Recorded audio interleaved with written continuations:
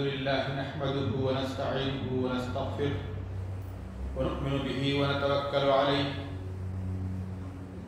ونعوذ بالله من شرور أنفسنا ومن سيئات أعمالنا من يهده الله فلا مضل له ومن يضلله فلا هادي له ونشهد أن لا إله إلا الله ونشهد أن محمدا عبده ورسوله أما بعد فإن خير الحديث كتاب الله وخير الهدي هدي محمد صلى الله عليه وسلم وشر الأمور محدثاتها وكل محدثة بدعة وكل بدعة ضلالة وكل ضلالة في النار.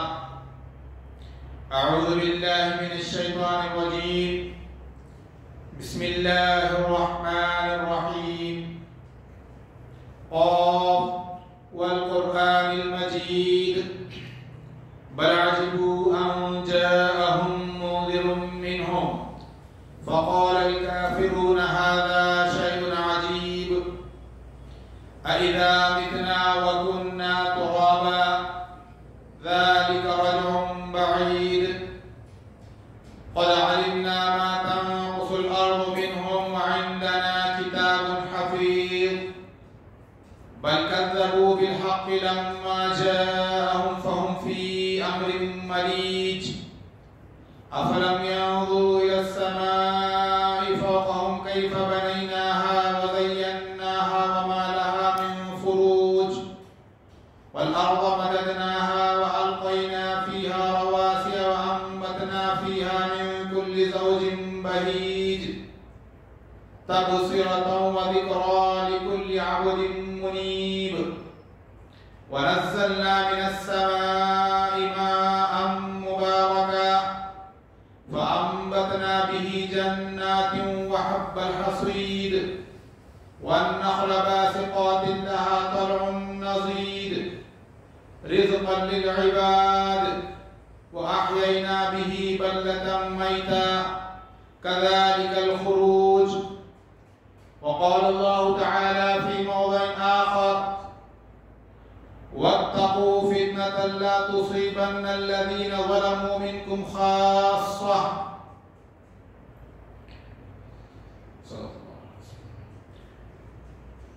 محترم